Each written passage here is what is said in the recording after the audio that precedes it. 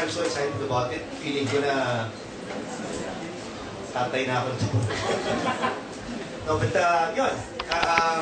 Feeling ko maswerte ang bata dahil ngayong taon na to, magandang pasok ng trabaho sa akin. Maraming salamat sa ABS. Hey, Yayo, how's William now? Kumusta na si William? Okay naman po. Nag-start na siya mag-taping last week with me. Pero Dito rin? hindi sa kahit. Pero hopefully, syempre, nandiyan naman lahat. So, kahit saan. At least nag-start na siya mag-taping. Siya naka-recover na siya. At saka ba, Tito Mario? Eh, tinatakpan ako ng mga camera. So, kayong tatlo, I would like si Maribeth, Dom, and you. How would you assess this case? Since most of them are total newcomers, kumusta yung pagtrabaho niyo sa kanila? Ay, naku, masaya. Would be their future in your business? Masaya kami kasi mababait sila. Yung mga dalawang boys, si Jill. Puro kasi ako, lahat ng eksena ko sa bahay, sa family lang. So itong mga boys na to, kasama ko. Sam, matagal ko nang kilala. Si Ken, nag-start. Pero one thing I really, kahit si Ken, sinasabi ko sa kanya yun, ang magagaling silang artista. Walang, ito, no joke, talaga. Hindi kami nahihirapan sa set kasi, may papadong tumayo ka nga dito. Hindi kami nahihirapan kasi magaling sila eh. Diba? Walang ka-effort ang mga bata.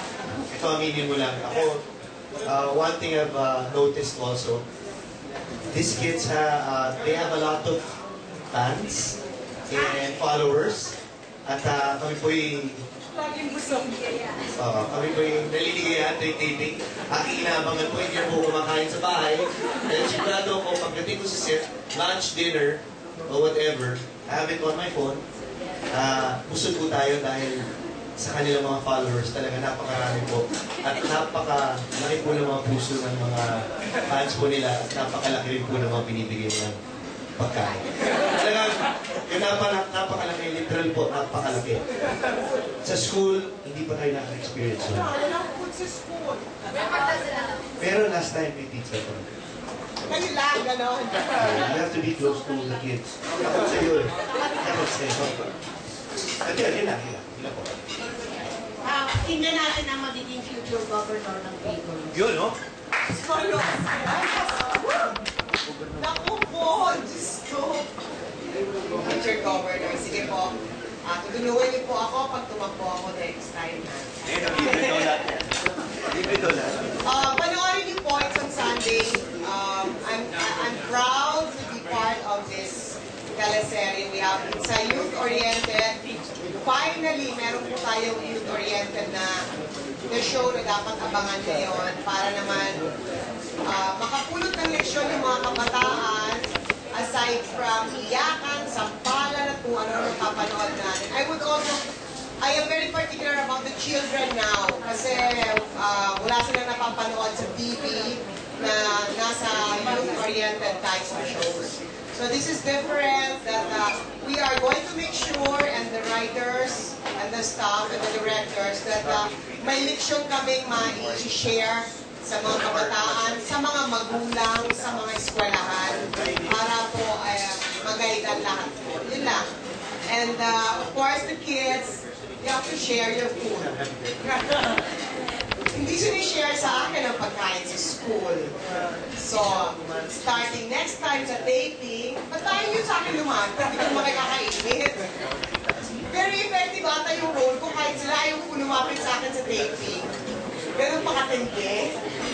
Tumingin lang ako sa kanila, ayaw nang po lumapit sa akin. Sa totoo lang, kilala ako ng mga reporters. I've been with them for so many years. They know me. Hindi po ako ganito. Hindi po. Ginagampanan ko lang yung role para naman masabing may dugo pala akong artista. Yun lang po. Salamat.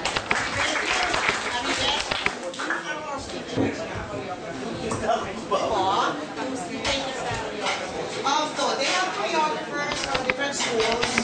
But during the taping, the staff and the directors would like to ask me also to help them out for camera purposes. and for blocking. Because the dance here is not only dance, it has a story. Hindi po nangyayari basta pagdating sa school, napasayaw na lang sila. Laging may storya. So pag ginagawa po namin yung sayaw, pagdating sa taping, naka-choreograph na siya. And then I will have to change some of them, so they have to be very quick, which is a very good training for the kids right now, na mabilis talaga ang kanilang basic sa buhay at memory. Kasi we're trying to do that para mabilis. Iniiba po namin yung blocking kasi may story nga po yung sayaw. Hindi lang po ito yung sayaw na ordinary. So, there's always a story behind the dance. For the information of the young members of the band, yan yung si Yayo also started like what's movie. Ayun, eto Yayo, compare mo sila sa batch. Nakakita ka ba sa kanila ng mga Wow, thank you naman na naiintin sa sinabi mo. Oo, nung panahon ko, ganyan ako. Pero mas magaling kayo sumayaw dahil hindi kayo mga ginagawa nyo na yun. Natutuwa ako pag nakikita ko sila kasi naaalala ko yung kami. Lagi nga kami nagkakwentuhan nila doon sa set na yung araw tayo yung ganyan, tapos ngayon tayo yung mga parents.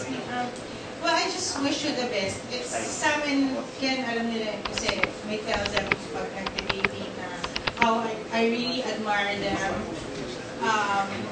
Just continue with what you're doing. And a piece of advice, syempre nandito na kayo sa business na to, di ba? Napakaswerte nyo. Kasi ang dami-daming kabataan who want to be in your shoes sa place nyo na yan. Nandyan kayo, huwag nyo sayangin. Magtrabaho kayo ng maayos and have fun while you're working. It's not all work, di ba? Mas maganda yung nagtatrabaho tayo. Kasi good vibes tayo lagi, di ba? Yung masaya, yung maintain the friendship and be professionals. Yun lang talaga. At magpakabait kayo kasi napakaswerte nyo, dami ng blessings.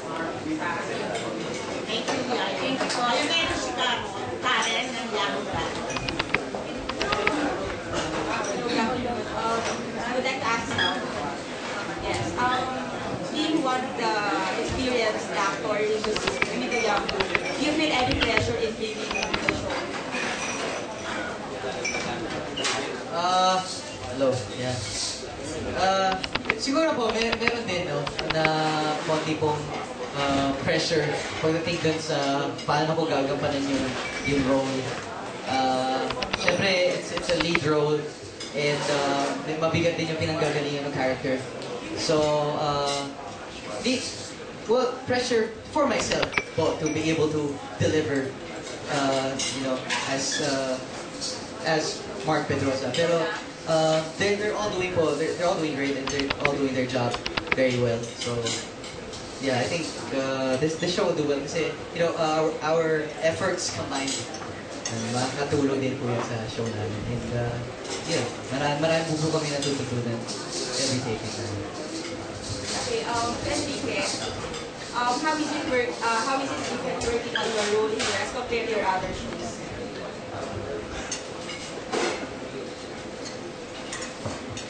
Siguro nga po yung nangyari sa past niya, yung lagi yung dala yung pagkamatay ng nanay niya, tsaka yung feeling na abandoned siya. Kasi wala na siyang pamilya. Pati nung when he had to transfer to yung kila Tito Dominic, yung real father niya, feeling pa rin niya na he's still not part of the family. Parang hindi pa rin siya wanted or accepted. So, feeling niya siya lagi yung kawawa, laging ibo, na put himself down na wala na akong nanay, tatay ko ba, ngayon, at least nandito nga siya, pero parang wala naman talaga siya dito, parang ganun. So, basta, iba na yung, siguro yung laging may dinadala siyang sakit o sadness. So, yun lang siguro yung pagkaiba. Last question. I think anyone from the group can answer this. Since the title of the show is Good Vibes, among yourself, how do you create good vibes?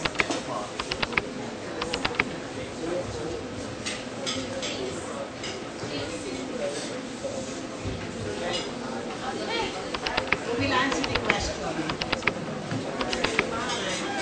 Dapat mabilis, ha?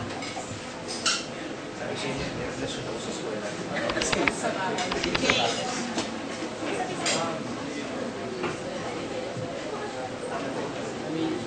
Yeah, we'll close. We'll spend a lot of time together bonding, so we'll get along really well. I mean,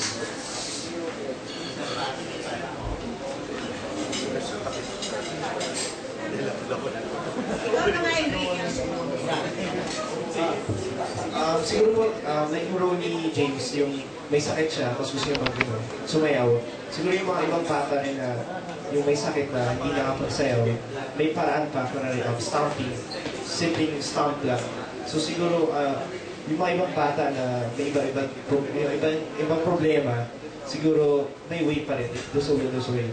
And dance is the way, just to create good vibes around the kids. I mean, off cam, how do you create, diba? Parang, diba, parang stressful with taping. How do you parang relax or you create good vibes? Not really from the story. Number one,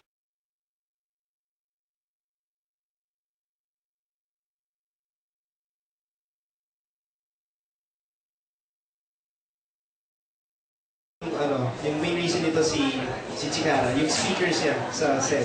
So sa dressing room or sa tent, lagi may music. So kahit iba natutulog, relax pa rin ng music. Ano lang. Kaya yun. Salamat.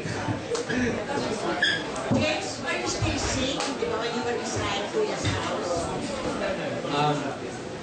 my character is sick, but I'm not sick at my lung is completely healed. Now here's the question from Leo Bukas of People's Tonight.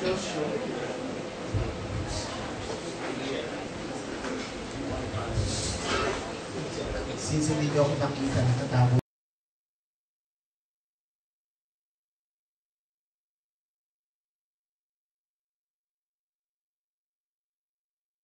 lang sa likod nila na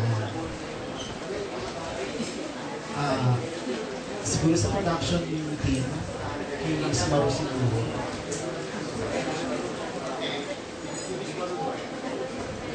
Pattern, kasi yung characters, parang may ibang characters na pattern sa Glee. Tapos yung concept, parang high school musical. Sinadya pa to. Then, ang follow-up ko doon, yung idol kasi hindi siya all ibang unit. Yung idol hindi umarangkada pumato. Yung shout-out, nawala din kaagad. Tapos, may ganito. So, anong, paano yun? Ito, Maru. Diba mahirap ang ang pagdadaanan nyo? Hindi, ganito po. Kasi po, syempre we want to present a different type of narrative with dance as milieu. So, ang tinatakal ko dito, yung issues of the youth, syempre, yung relationship with the parents, kung paano sila as individuals, how they, kumbaga, make their star shine. Siguro po, ang mapapangako lang namin dito, makapal talaga yung narrative, yung drama. So, yung dance is just a milieu, pero hindi talaga yun yung pinaka, kumbaga hindi yun yung pinaka-main focus. As was Miss Maribeth said, naka-incorporate yung dance kung bakit nandun sa kwento. Hindi lang siya basta sumayaw. So, yun, pinagbubutihan ko lahat. At maganda po yung takbo ng kwento at yung issues niya ng kabataan, yun ang itatake. Sana nasa And that's what production is all about, diba? Taking risks. So, dapat risky, pero naniniwala po kami na strong talaga yung narrative. Kaya, maganda po yung takbo ng kwento. Tanungin ko si Enrique. Since ginagawa mo yung mula sa puso ito, parang don't you feel na mas blessed kasi makakasama mo din kasi meron kang lead ka sa isang soap, prime time soap, drama, tapos andito ka pa. Di ba na-insecure ang mga kasamahan mo sa'yo? Hindi naman po. Siguro kasi wala naman po kami close. And they're happy